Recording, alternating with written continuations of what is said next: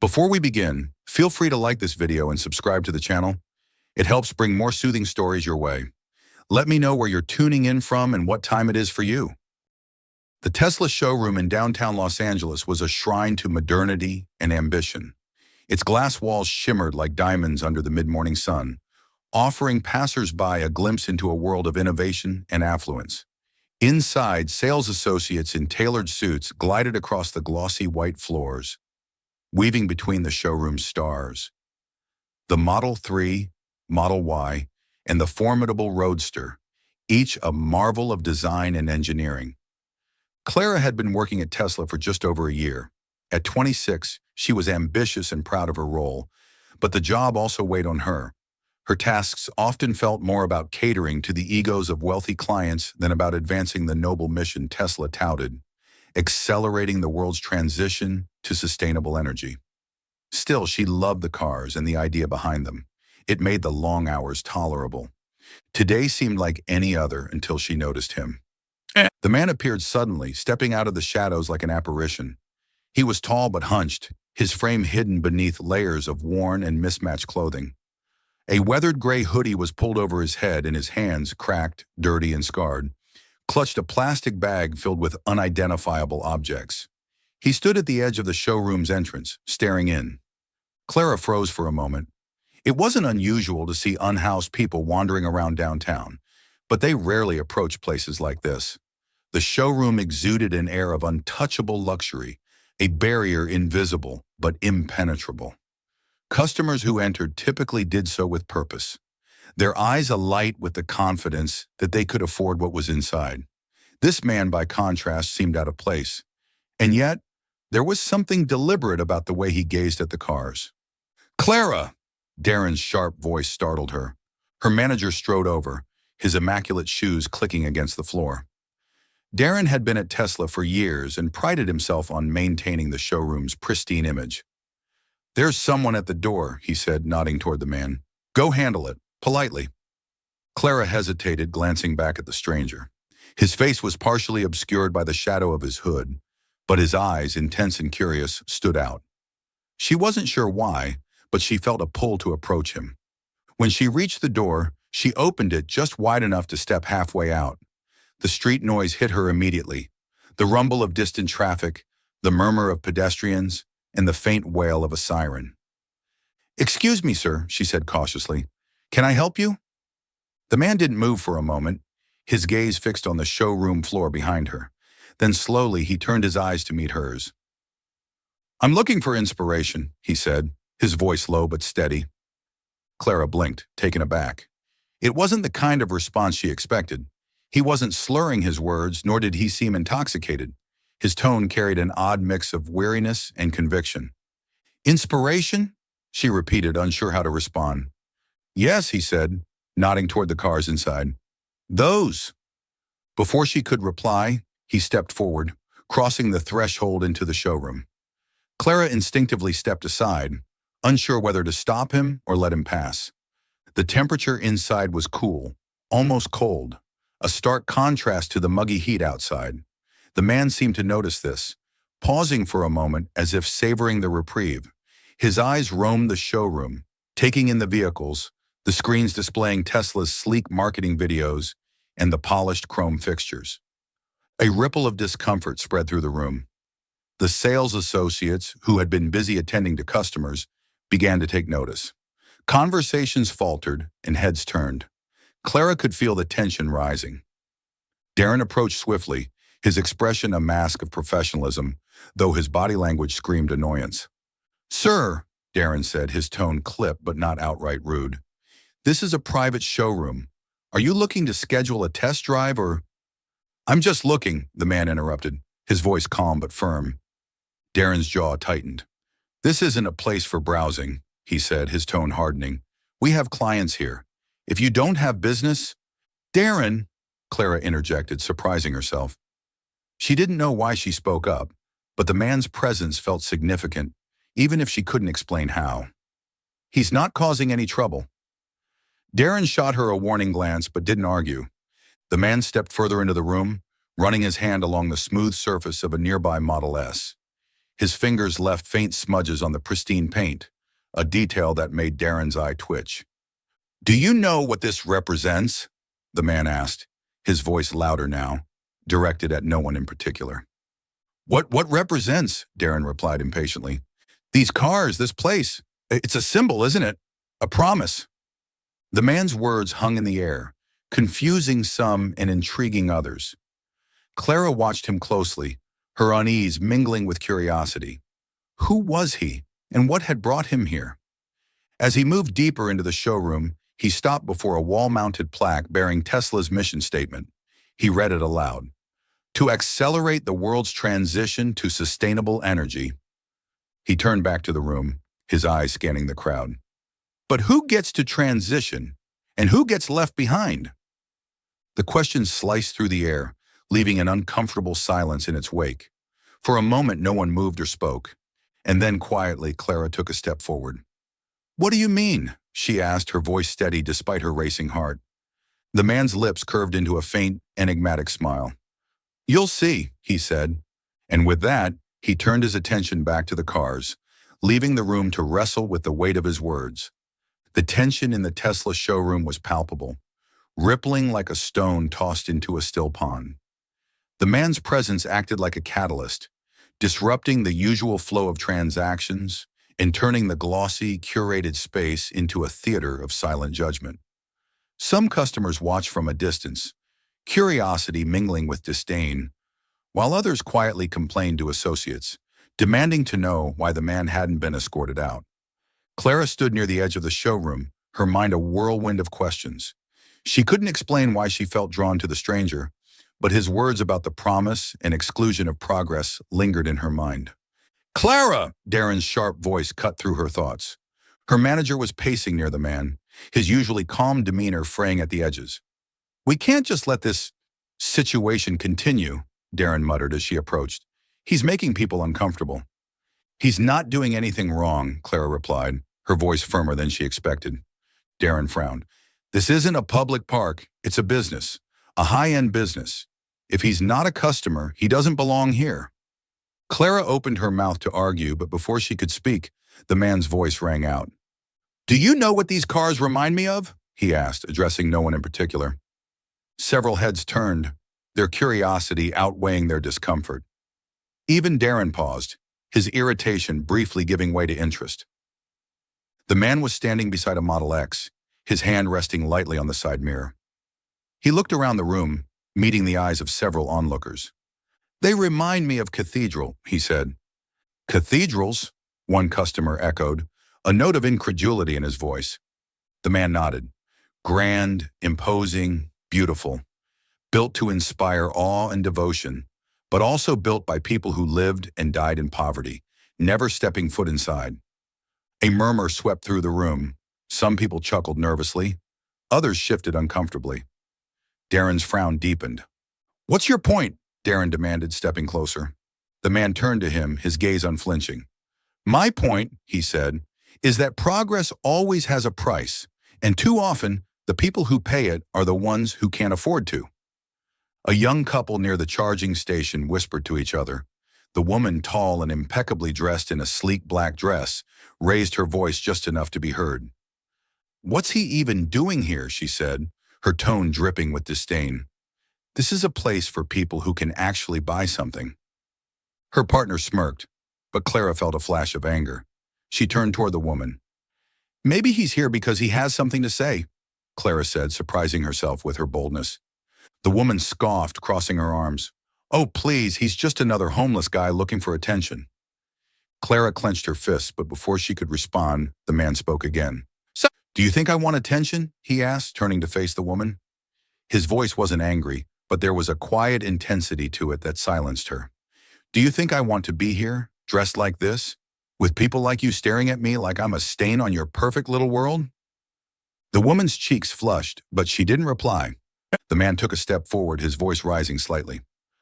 "I'm here because this," he gestured to the cars, the showroom, the customers, "is the future, and I want to see it for myself, even if it's a future I might never be a part of." A heavy silence filled the room. Clara felt her chest tighten, her emotions a tangle of admiration and sorrow. Darren, clearly uncomfortable, forced a laugh. "All right, that's enough," he said, clapping his hands together. "Sir, I'm going to have to ask you to leave." The man turned to him, his expression unreadable. "And if I don't?" Darren hesitated, clearly unprepared for the question. The man's calm defiance was unsettling, even disarming. Clara stepped forward, placing herself between the two men. "Wait," she said, her voice steady. "Let him stay a little longer. He's not hurting anyone." Darren shot her a warning look. "Clara!" "It's fine," she insisted. Before Darren could argue further, the man spoke again, his tone softer this time. "I'm not here to cause trouble," he said. "I just want to look, to remember." "Remember what?" Clara asked before she could stop herself. The man smiled faintly, a wistful expression that made him look both older and younger at once.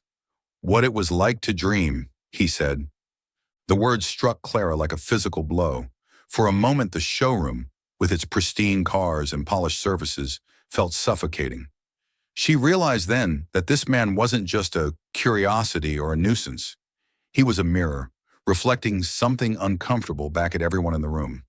And judging by the looks on their faces, few liked what they saw. Darren sighed heavily, rubbing his temples. "Fine," he said, throwing his hands up. 5 minutes. Then he's out." The man nodded in silent acknowledgement and returned to inspecting the cars, his movements slow and deliberate. Clara watched him, her mind racing. She couldn't shake the feeling that this was more than a chance encounter. There was something about this man, something important. She just didn't know what it was yet.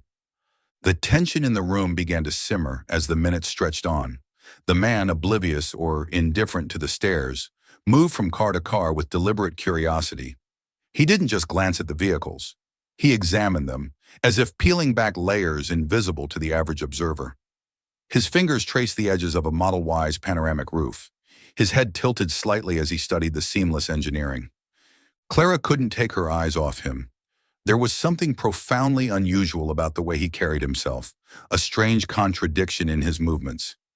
He had the posture of someone defeated by life, but the sharpness of a mind that had once thrived on challenges.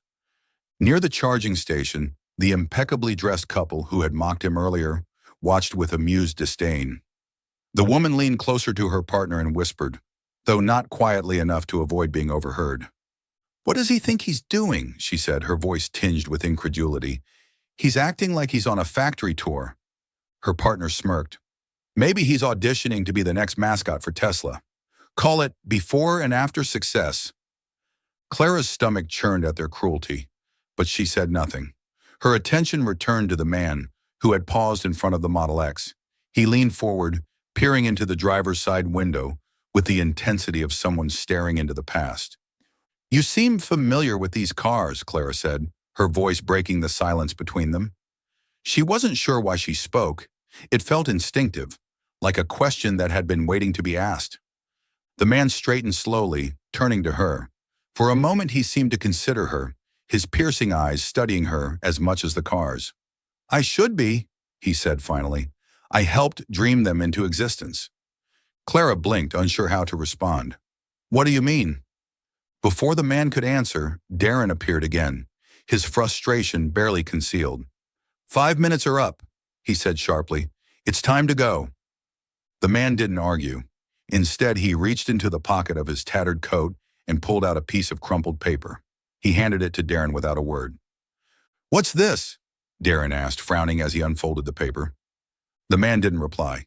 He turned to Clara instead, offering her a faint, enigmatic smile before heading toward the exit. Clara felt a surge of urgency. She wasn't sure what she was about to say, but she knew she couldn't let him leave like this, not without understanding more. "Wait," she called, taking a step forward. The man paused, his hand resting on the glass door. He looked over his shoulder, his expression weary but patient. "Yes?" "What's your name?" Clara asked. He hesitated for a long moment before replying. "Does it matter?" "It does to me," she said, her voice soft but resolute. The man seemed to weigh her words before giving a faint nod. "Call me Ellis," he said finally. With that, he pushed open the door and stepped out into the bustling street, vanishing into the crowd as quickly as he had appeared. Darren was still staring at the crumpled piece of paper in his hands. Clara moved closer, curious. "What is it?" Darren held it up, revealing a hastily sketched diagram. Despite the smudges and worn edges, it was clear enough to recognize. A rough blueprint of a car, a Tesla. "Is this real?" Clara asked, her heart pounding. Darren scoffed, shaking his head. "Probably something he picked out of a dumpster," he said dismissively, though his hands trembled slightly as he folded the paper and slipped it into his pocket. But Clara wasn't so sure. The way Ellis, or whoever he was, had carried himself, the things he'd said, it didn't feel random. It felt deliberate. And as the showroom returned to its usual rhythm, Clara couldn't shake the feeling that the stranger who had walked in that morning wasn't just an intruder. He was a messenger. The hum of the showroom returned to normal, but Clara's mind was anything but calm. Ellis's words replayed in her head like a haunting melody. "I helped dream them into existence." Who was he? What had he meant? And what was on that crumpled piece of paper he'd handed to Darren? She couldn't stop glancing at her manager, who had tucked the paper into his jacket pocket and carried on as if nothing extraordinary had happened. But Clara knew better. The way Darren's hands had trembled when he folded the sketch, that wasn't the reaction of someone holding trash. It was the reaction of someone holding something that mattered. Later that afternoon, Clara found Darren in his office, seated at his desk with the crumpled paper spread out in front of him. He was staring at it, his brow furrowed, muttering to himself.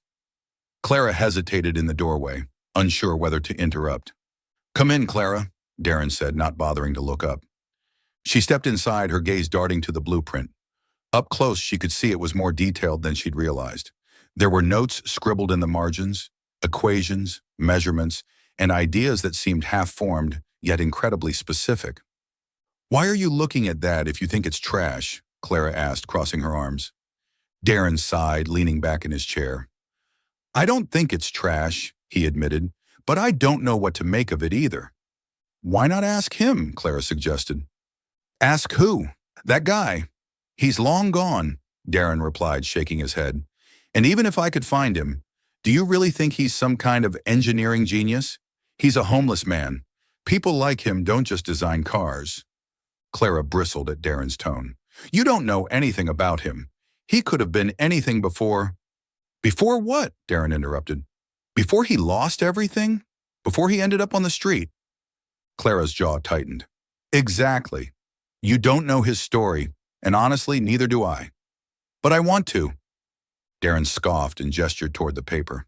"Be my guest. If you can figure out who he is and why he has this, I'd love to hear it.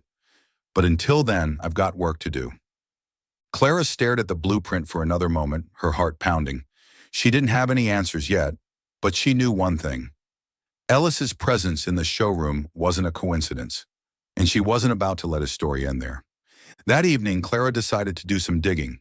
She searched online for news articles about Tesla, looking for any hint of a disgraced former employee or an engineer who had fallen off the map. Hours passed, but her efforts turned up nothing. Frustrated, she leaned back in her chair, rubbing her temples. Her mind wandered back to something Ellis had said. "We've created a world where progress doesn't mean equality." The words gnawed at her. They felt too deliberate, too personal, as if they came from someone who had seen the consequences of progress up close. The next morning, Clara arrived at the showroom early, determined to figure out more about the man who had turned her world upside down. To her surprise, Ellis was already there. He stood outside, leaning against the glass wall, his figure silhouetted by the rising sun. His coat was draped over his shoulders like a cape, and the bag he had carried the day before was nowhere to be seen.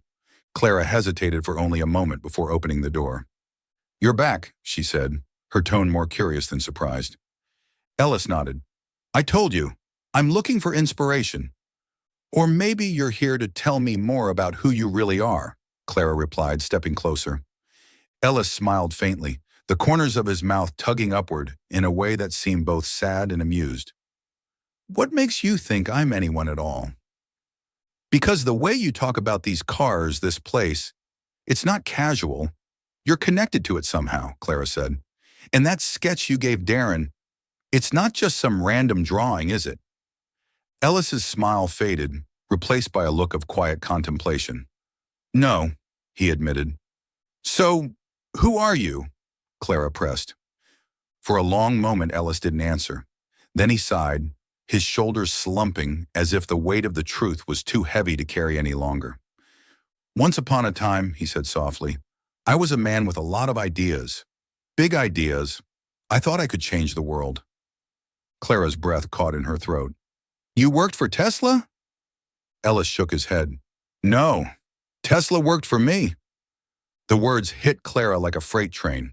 Her mind raced, connecting dots that seemed impossible to align. Could it be true? Could the disheveled man standing before her really be Elon Musk? She whispered, her voice barely audible. Ellis, or Elon, looked at her, his expression unreadable. Then he gave the faintest of nods. Yes, he said simply. I was. For a moment, Clara couldn't breathe. The man in front of her, dressed in tattered clothes and living on the streets, was one of the most famous entrepreneurs in history. How did this happen? She asked, her voice trembling.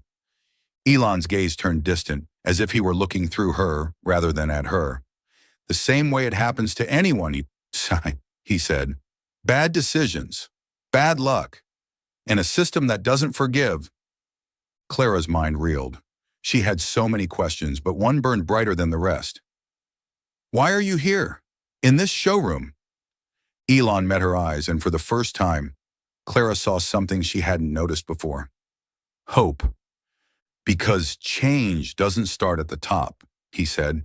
It starts with the people who are willing to listen. The air between them felt heavy, filled with the weight of truths too shocking to process quickly. Clara stared at the man she now knew to be Elon Musk, the visionary billionaire turned ghost of his former self. She couldn't reconcile the polished, larger-than-life persona she'd seen in interviews and headlines with the weary, disheveled figure standing before her. You're really him, she murmured, almost to herself. Elon gave a faint smile, his shoulders lifting in a half-hearted shrug. I was. The world doesn't have much use for someone like me anymore. That can't be true, Clara said instinctively. You were one of the most powerful men in the world. How does someone like you end up here? Elon's eyes softened, but they carried a sadness that seemed too vast to articulate fully.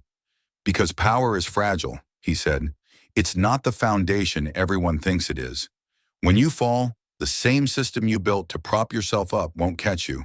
It'll crush you. Clara wanted to argue, to insist that there had to be more to the story, but a voice from behind interrupted her thoughts.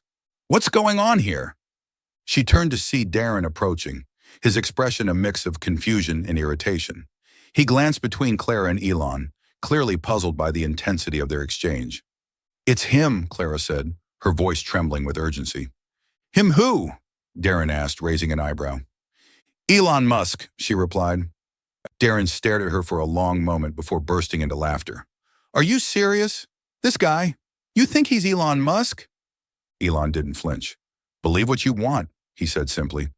Darren shook his head, still laughing. Look, I know you've got a soft spot for people like him, Clara, but this is ridiculous. Elon Musk is a billionaire. He's probably on some private island somewhere. Not, he gestured toward Elon's tattered clothes. This. Clara felt a surge of frustration. You don't know that. And what about the blueprint? That wasn't random, Darren. He knows things. Things only someone like him would know. Darren rolled his eyes. Yeah, well, a lot of people can draw a car. Doesn't make them Elon Musk. But Clara wasn't deterred. She turned back to Elon, determined to get answers. Prove it, she said. If you're really who you say you are, prove it. Elon studied her for a moment, then nodded. All right, he said. What do you want to know? Tell me something only Elon Musk would know, Clara said. Elon smiled faintly. Tesla's early prototypes used repurposed laptop batteries. The first Roadster was a Frankenstein's monster of parts we could barely afford, and it had a nasty habit of overheating during tests. Clara's breath caught. She remembered reading about Tesla's early struggles, how they'd relied on unconventional methods to get their first cars on the road. That's public knowledge, Darren scoffed, crossing his arms. Fine, Elon said. Here's something that's not. The first time we showed the Model S to investors, it had no drivetrain. We pushed it into the room and hoped no one would notice it couldn't move under its own power. Clara's eyes widened. That wasn't in any biography or article she'd ever read. Darren, however, remained skeptical. Still doesn't prove anything, he said. Elon sighed, rubbing the bridge of his nose. Look, I didn't come here to convince anyone of who I am. I came here because these cars, this idea, they mean something. They remind me of who I was and who I wanted to be. Clara stepped closer, her voice softer now. And who is that? A man who believed the future could be better, Elon said, for everyone, not just the people who could afford it. As the day wore on, word of Elon's presence began to spread. Associates whispered among themselves, some laughing at the absurdity of the claim, while others looked on with quiet curiosity. By the afternoon, a group of customers had gathered near the entrance. Their interest piqued. Among them was a middle-aged man in a tailored suit, clearly skeptical but intrigued. "Are you really Elon Musk?" the man asked, stepping forward.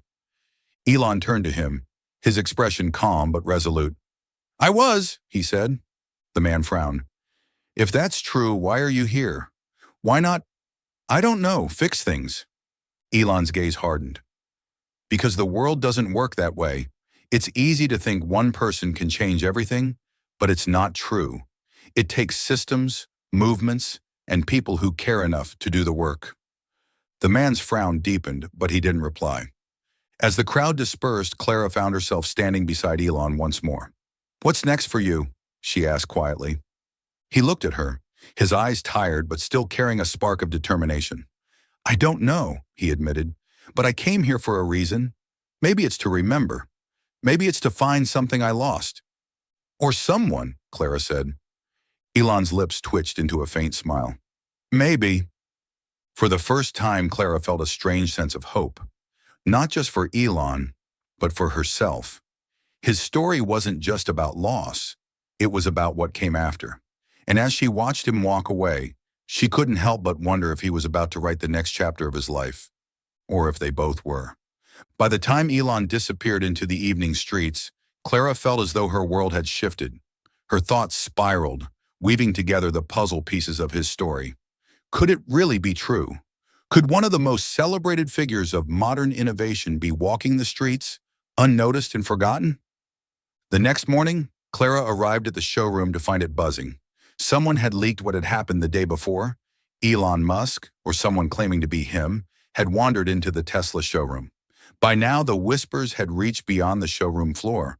Reporters were calling, social media posts were trending, and Darren looked as though he were on the verge of a meltdown. "Clara, my office, now," he barked. Clara followed him, her stomach churning. "What happened yesterday?" Darren demanded as soon as the door shut behind them. "What do you mean?" she asked, feigning ignorance. "You know exactly what I mean," Darren snapped. "Someone, maybe you, told people about that homeless guy and claimed he's Elon Musk. Now we've got journalists breathing down our necks and corporate demanding answers." Clara hesitated. "He's not just some homeless guy, Darren.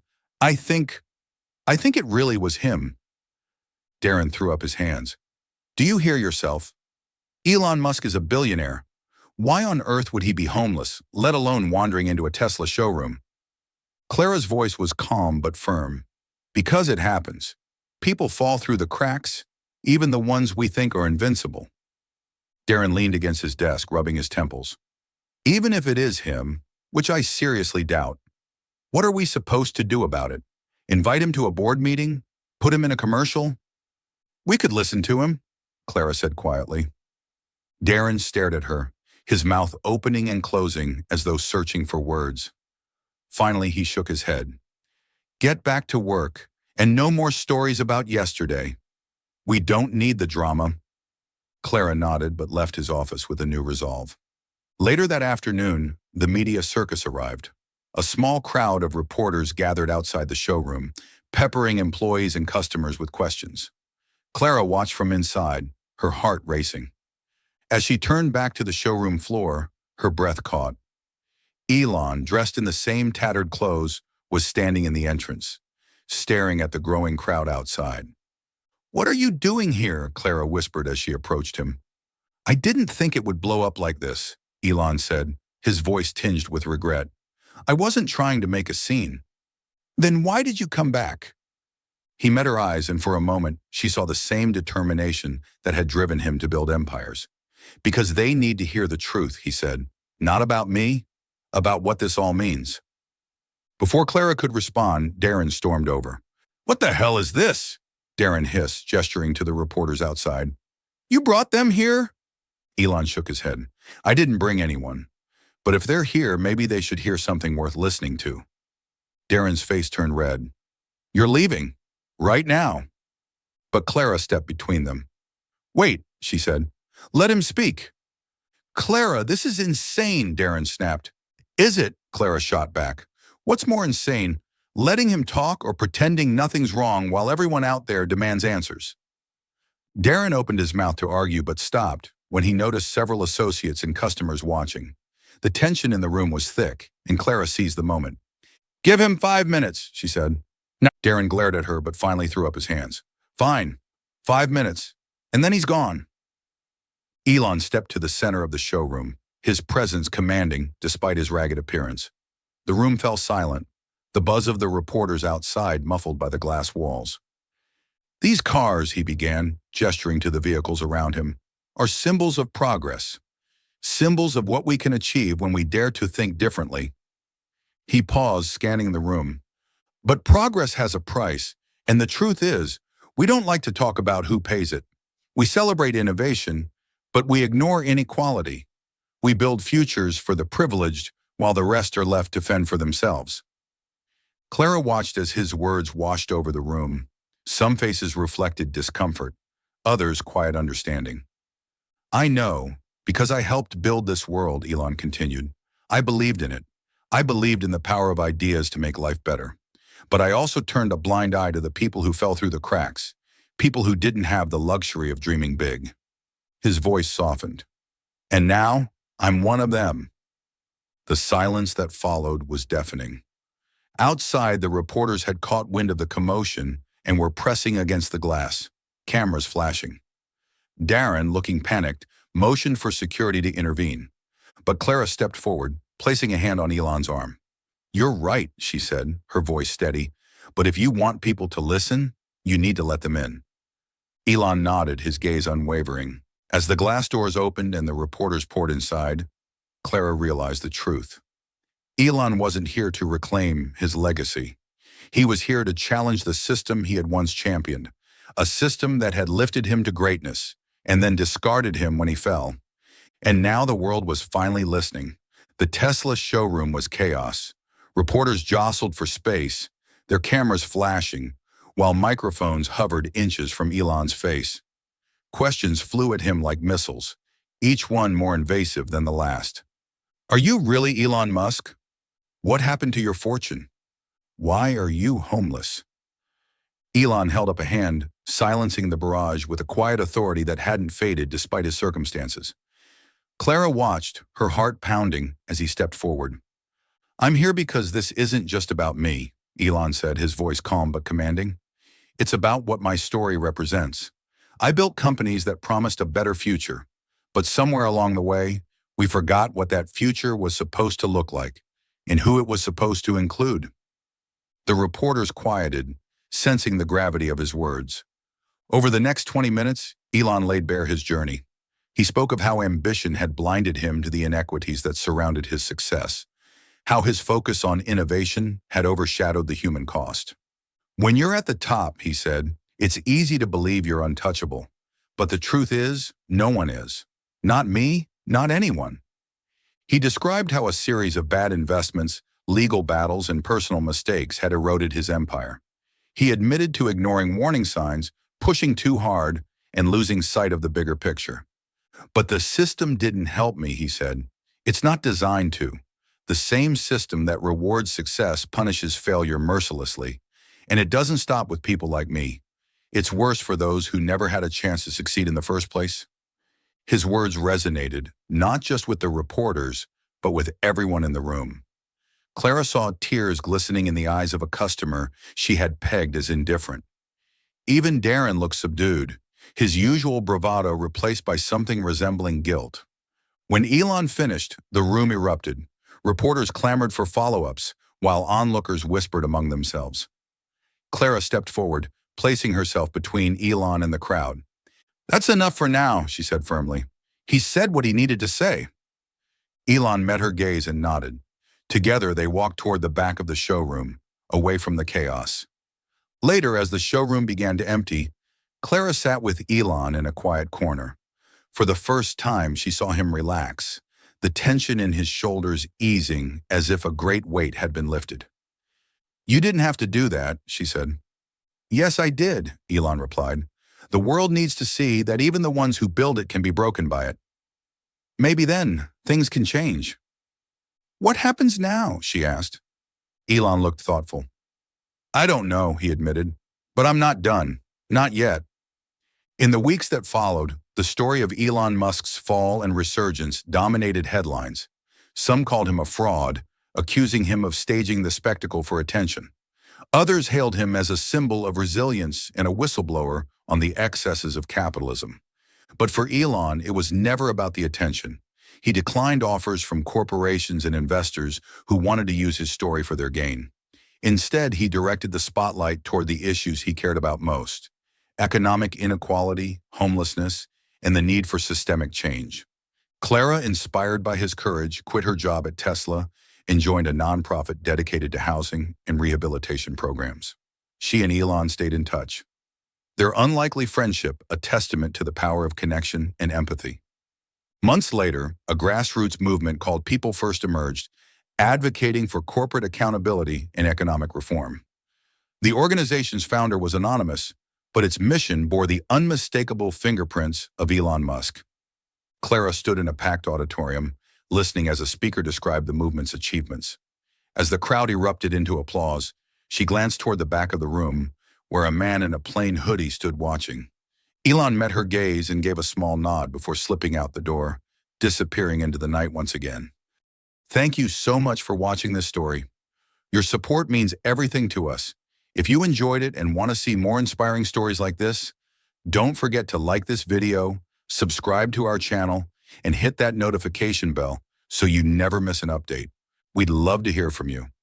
What time are you watching this video, and where are you tuning in from? Drop a comment below and let us know. It's always amazing to see how far our community reaches. And remember, every share, like, or comment helps us spread these powerful stories to more people. Thanks for being part of this journey, and we'll see you in the next one.